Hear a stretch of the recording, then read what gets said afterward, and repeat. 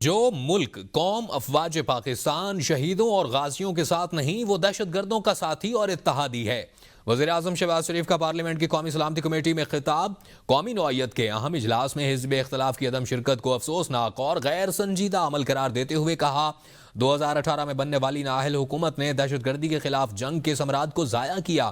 Social media پر پروپیگنڈے سے فوج اور عوام میں درار ڈالنے کی مذموم کوشش کی جا رہی ہے۔ فوج اور عوام کے درمیان درار ڈالنے کی سازش پہلے کامیاب ہوئی، نہ آئندہ ہوگی۔ دہشت گردی کو پھر سے جڑ سے اکھاڑ پھینکنے کے لیے ہم سب کو آہنی عزم کا احاطہ کرنا ہوگا۔ سلامتی کی پارلیمانی کمیٹی نے دہشت گردی کی حالیہ کارروائیوں کی واضح الفاظ میں شدید مذمت کی۔ کمیٹی نے دہشت گردی کو اس کی تمام شکلوں میں ختم کرنے کے لیے پاکستان کے غیر متزلزل عزم کا اعادہ کیا۔ کمیٹی نے پروپیگنڈا پھیلانے، اپنے پیروکاروں کو بھرتی کرنے اور حملوں کو مربوط کرنے کے لیے دہشت گرد گروپوں کی جانب سے سوشل میڈیا پلیٹ فارمز کے بڑھتے ہوئے غلط استعمال پر شدید تشویش کا اظہار کیا۔ کمیٹی نے ان کی عظیم قربانیوں اور ملکی دفاع کے عزم کا اعتراف کیا اور کہا قوم دہشت گردی کے خلاف جنگ میں مسلح افواج، پولیس، فرنٹیئر کنسٹیبلری اور انٹیلیجنس ایجنسیوں کے ساتھ شانہ بشانہ کھڑی ہے۔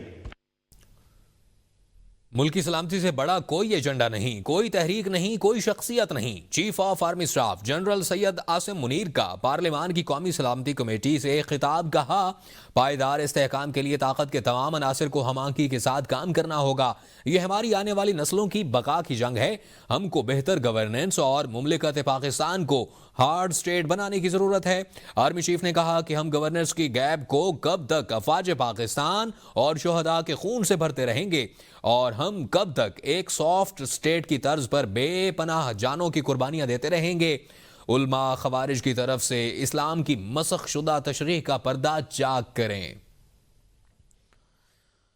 پارلیمنٹ ہاؤس میں قومی سلامتی کی پارلیمانی کمیٹی کا اجلاس تقریباً 6 گھنٹے تک جاری رہا۔ اسپیکر ایاز صادق کی زیر صدارت اجلاس میں وزیر اعظم شہباز شریف، عسکری قیادت اور انٹیلیجنس اداروں کے سربراہان نے شرکت کی۔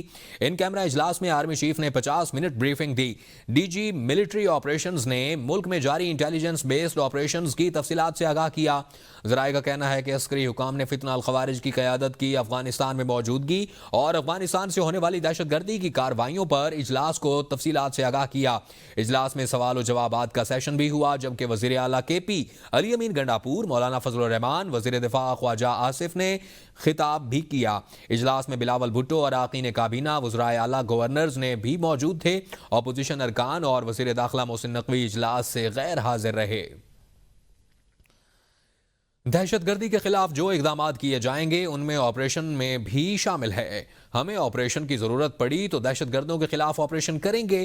وزیر دفاع خواجہ آصف کہتے ہیں کہ کے پی حکومت اپنی ناکامی تسلیم کرنے کی بجائے طالبان کا سہارا لے رہی ہے۔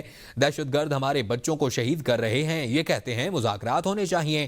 نواز شریف کی پچھلے 25 دنوں سے طبیعت ناساز ہے۔ نواز شریف صحت کی خرابی کے باعث اجلاس میں شامل نہیں ہوئے۔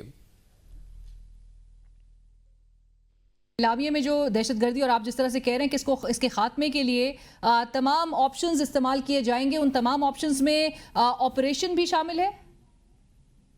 دیکھیں، آپریشن تو ڈیفینیٹلی، اگر آپ کو آپریشن سے میرا مراد ہے کہ کائنیٹک میئرز تو کرنے پڑیں گے۔ آپریشن کا نام جو ہے پی ٹی آئی اس کو بھی اپوز کر رہی ہے۔ متحدہ اپوزیشن نے پارلیمانی قومی سلامتی کمیٹی اجلاس کا بائیکاٹ کیا۔ اپوزیشن رہنماؤں نے کہا کہ حکومت کو اجلاس میں مشروط شرکت سے آگاہ کیا تھا، تاہم حکومت نے مطالبات نہیں مانے۔ عمر ایوب نے کہا کہ بانی پی ٹی آئی سے ملاقات کی شرط نہیں مانی گئی۔ سلمان اکرم راجہ نے کہا کہ گزشتہ روز سیاسی کمیٹی میٹنگ میں اجلاس میں شریک نہ ہونے کا فیصلہ کیا۔ صاحبزادہ حامد رضا نے کہا کہ بلوچستان اور خیبر پختونخوا کے جن علاقوں میں دہشت گردی ہے، وہاں کے نمائندوں کو بلائے بغیر کمیٹی اجلاس بلانے کا کوئی مقصد نہیں۔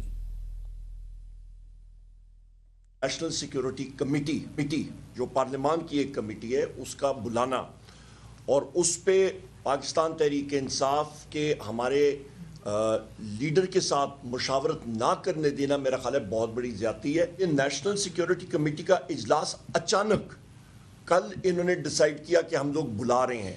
پاکستان کی سب سے بڑی جماعت کو وہ اس کو آپ الاؤ نہیں کرتے کہ وہ اپنے لیڈر سے بات کرے. ہماری پولیٹیکل کمیٹی نے کل فیصلہ کیا، ایک طویل ہماری نشست ہوئی کہ جب تک ہماری عمران خان سے ملاقات نہیں ہوتی یہ عمل آگے نہیں بڑھ سکتا، ہم اس میں شامل نہیں ہو سکتے. بلوچستان کے ایم این ایز اور سینیٹرز جن کے علاقہ میں اس وقت دہشت گردی عروج پر ہے، اگر وہ اس فورم کے اوپر موجود نہیں ہوں گے تو یہ فورم فیصلہ کرنے کا استحقاق ہی نہیں رکھتا، جبکہ گراؤنڈ لیول پر جس کا سب سے پہلا سٹیک ہے جو عوام کا نمائندہ وہ وہاں پر نہ ہو.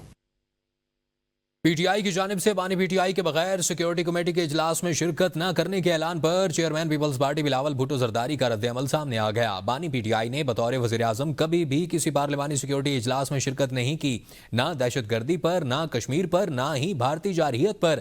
آج وہ پارلیمنٹ کے رکن بھی نہیں ہیں اور یہ پارلیمنٹ کی قومی سلامتی کمیٹی کا اجلاس تھا. افسوسناک بات یہ ہے کہ پی ٹی آئی اب اصرار کر رہی ہے کہ وہ اس اجلاس میں شریک ہوں. جنگ کے وقت سیاست سے بالاتر ہو کر ملک کو اولین ترجیح دینا ہر پاکستان کی حب الوطنی کا تقاضا ہے.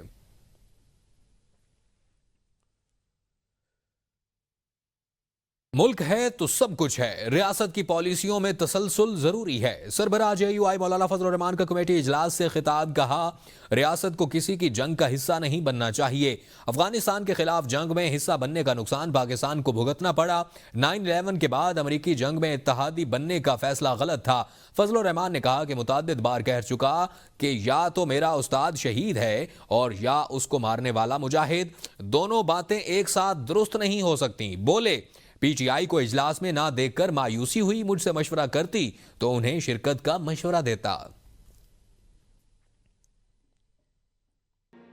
خیبر پختونخوا میں سیکیورٹی مسائل موجود ہیں. فوج نے خیبر پختونخوا میں امن کے لیے بہت کام کیا ہے. پارلیمانی قومی سلامتی کمیٹی اجلاس سے وزیر اعلیٰ خیبر پختونخوا کا خطاب. کہا ہمیں آپس کی بد اعتمادی کو ختم کرنا ہوگا. ضم شدہ قبائلی اضلاع کو مکمل وسائل فراہم نہیں کیے گئے. خیبر پختونخوا کے علی امین گنڈا پور نے کہا کہ پولیس اور دیگر سیکیورٹی فورسز کا مورال بڑھایا جا رہا ہے. پولیس کی تنخواہوں میں اضافہ کیا جا رہا ہے.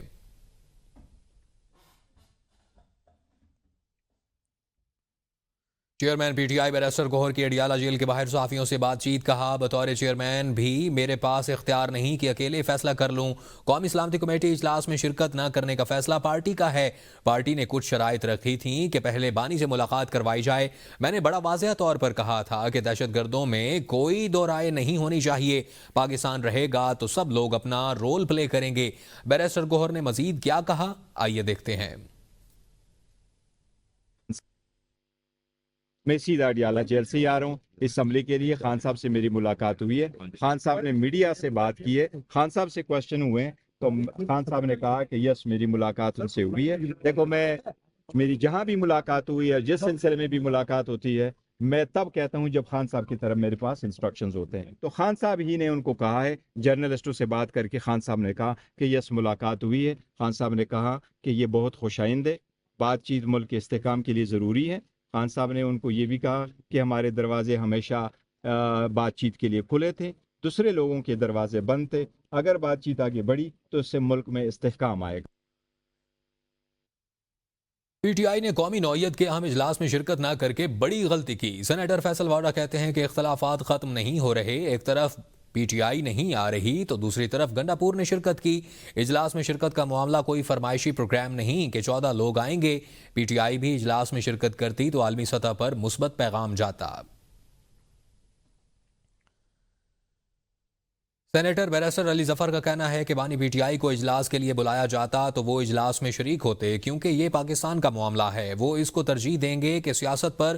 انہوں نے کہا کہ علی امین گنڈا پور کی شرکت کے حوالے سے گفتگو میں کوئی بات نہیں ہوئی.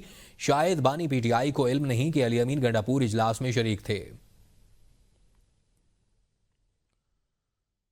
تک یہ ایک انویٹیشن ایکسٹینڈ آؤٹ کیا جاتا، کیا وہ ملکی حالات کی سنگینی کو دیکھتے ہوئے کیا اس اجلاس کا وہ حصہ بنتے اگر ان کو لا کر بٹھایا جاتا؟ جی بالکل بنتے 100%. اور انہوں نے یہ کہا کہ میرے پاس جو سلوشنز ہیں اور جو حل ہیں میں ضرور کیونکہ ان کو ایکسپیرینس بھی ہے، وہ پرائم منسٹر بھی تھے، اس وقت بھی یہ مسائل کچھ ہوئے تھے اور ان کو سب علم بھی ہے اور ان کو پتہ بھی ہے کہ کیا کرنا ہے۔ وزیر اعلیٰ خیبر پختونخوا علی امین گنڈاپور صاحب چونکہ اس اجلاس میں شریک تھے، اس حوالے سے عمران خان صاحب نے کوئی گفتگو کی؟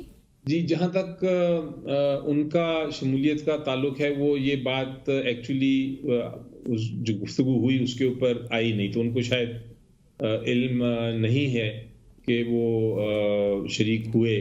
تحریک انصاف بائیکاٹ کی روش پر قائم۔ تحریک بائیکاٹ کا ایجنڈا صرف پاکستان کو بدنام کرنا ہے۔ وزیر اطلاعات پنجاب عظمہ بخاری کی پریس کانفرنس، کہا پی ٹی آئی کا ملکی مفاد سے کوئی لینا دینا نہیں، بانی پی ٹی آئی کسی کے ساتھ بیٹھنے کو تیار نہیں، وطن دہشت گردی کی آگ میں چل رہا ہے، پی ٹی آئی مفادات کی سیاست کر رہی ہے، سب پارٹیاں ملک کے مفاد میں بیٹھی ہوئی ہیں، تحریک انصاف کی پارٹی میں اکڑ نہیں جا رہی، پاکستان کے خلاف سازشوں کا ڈٹ کر مقابلہ کریں گے۔ بانی پی ٹی آئی کہتے تھے کہ طالبان ہمارے بھائی ہیں، بانی پی ٹی آئی نے اپنے دور میں طالبان کو فنڈز بھی دیے۔ ایک تحریک بائیکاٹ ہے جس کا کام ہی پوری پاکستان کی جتنی ان کی پولیٹیکل ہسٹری ہے ان کا کام ہے بائیکاٹ کرنا۔ ان کی اکڑ، ان کا تکبر، ان کی ناک، وہ شاید پاکستان سے اپنے آپ کو اوپر سمجھتے ہیں۔ ان کا ایجنڈا پاکستان میں انسٹیبلٹی ہے، ان کا ایجنڈا پاکستان میں پولرائزیشن ہے۔ خان صاحب جب اپوزیشن میں تھے تب بھی وہ کہتے ہوتے تھے کہ طالبان ہمارے بھائی ہیں، ہمیں ان کو دفتر بنا کے دینے چاہیے، انہوں نے ان کو فنڈز بھی دلوائے کے پی کے کی گورنمنٹ سے۔ حاضر ہوتے ہیں ہیڈ لائنز کے ساتھ، دیکھتے رہیے ABN، کیونکہ ABN ہے قوم کی سوچ۔